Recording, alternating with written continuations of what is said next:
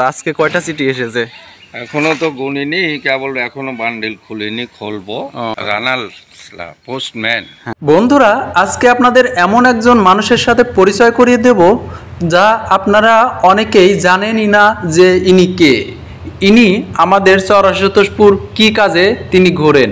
আমরা সবাই জানি আমাদের পোস্ট অফিস চর আশুতোষপুর, কিন্তু পোস্ট অফিসটা কোথায় বা সেই কার্যক্রম কে করে বা কারাই বা এই কার্যক্রমের সাথে জড়িত তারা আমরা কেউ জানি না। তো আজকের ভিডিওর মাধ্যমে আমি সম্পূর্ণ আপনাদের তুলে ধরবো।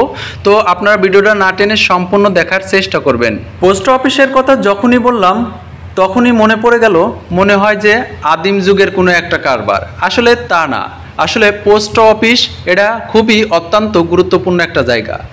আমাদের চর আশুতোষপুরের জন্য পোস্ট অফিস চর আশুতোষপুরই রয়েছে।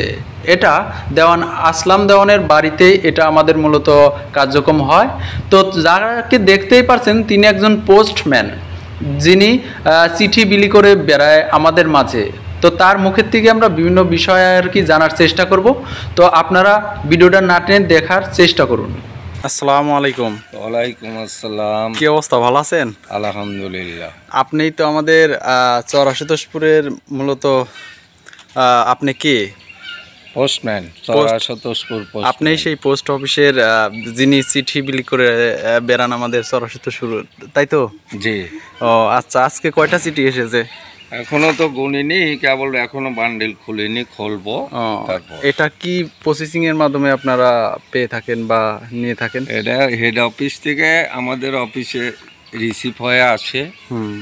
তারপরে ধরেন আজকে যেটা আসবে পরের দিনকে ভোরে আমি নিয়ে।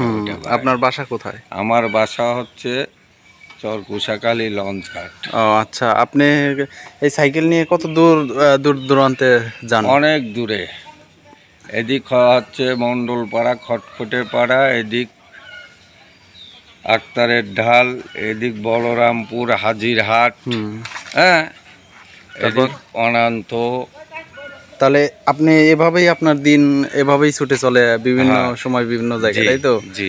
এভাবেই চলে, ছুটে চলে আপনাদের সারা দিন, তাই তো? জি। ও আচ্ছা, আপনার রেস্টের সময় কখন? রেস্টে ধরেন এই যে চিঠিপত্র নিয়ে বাড়াইছি, এরপরে আমি যতদূর যাই ঘুরতে ফিরতে। আপনার এই চিরচেনা মুখটুকু আমি ইনশাল্লাহ সবাইকে দেখাবো, এজন্যই যে অনেকে আশুতোষপুরের চেনেই না যে আমাদের পোস্ট অফিসের পোস্টম্যানকে, মানে যিনি চিঠি বিলি করে বেড়ায়। কোনো ড্রেস নাই? না, সরকার আমাদের কোনো ড্রেস দেয় না, শুধু অল্প একটু স্যালারি দেয় আর প্রতি বছরে একটা ছাতা। তাছাড়া উবরি কোনো টাকা পয়সা দেয় না। ওই 10-20 টাকা কেউ যদি খুশি করে দেয়, এইটুকুই। ভালো থাকবেন, সুস্থ থাকবেন, আল্লাহ হাফেজ। আল্লাহ।